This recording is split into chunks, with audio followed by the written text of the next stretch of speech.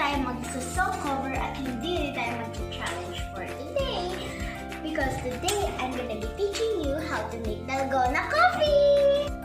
For those of you na hindi alam ang dalgona coffee, it is a Korean style of coffee drink. And kapag nakatikim kayo nun, ay naku, mapapakipot na rin kayo!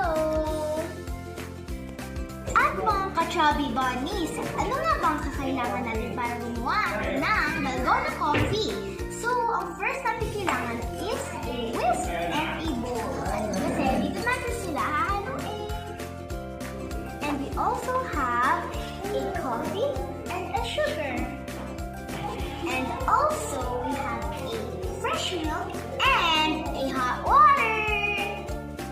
At mga ka-chubby bunnies, lalagyan ko na ang twist ang paggawa ng dalgona coffee. I'm gonna be putting some biscuits for topping. Lalagyan natin ng 2 tablespoons of coffee.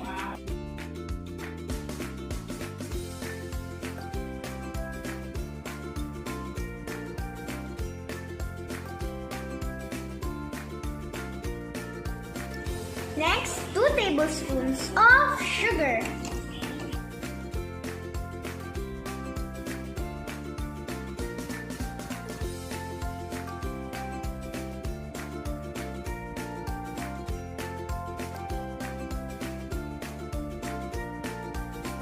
And 2 tablespoons of hot water. Ingat guys kasi mainit to.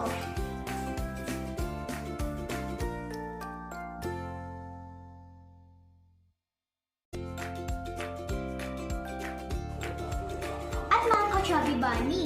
I-whip lang natin to until it becomes foamy.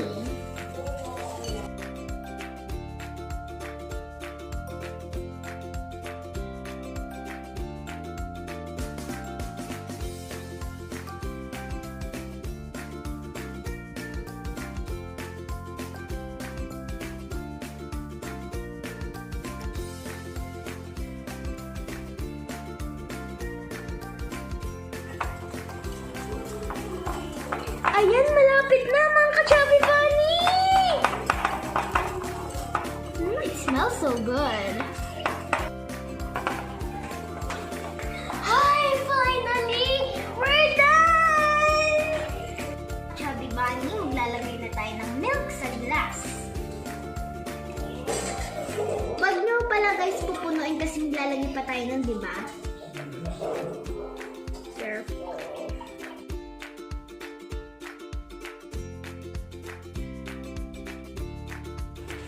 Ilalagay na natin siya sa milk.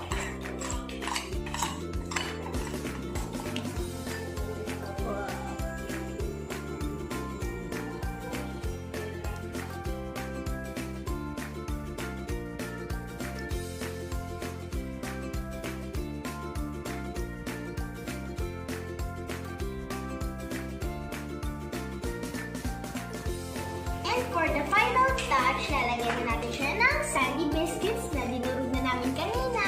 So, parang sprinkles na siya, guys.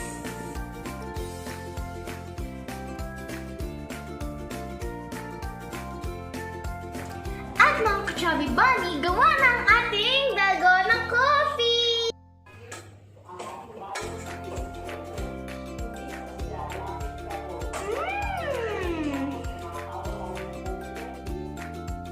Gustuhan nyo itong video na ito, don't forget to like, subscribe, and click the notification bell para lagi kayong updated for my new vlog. Until then!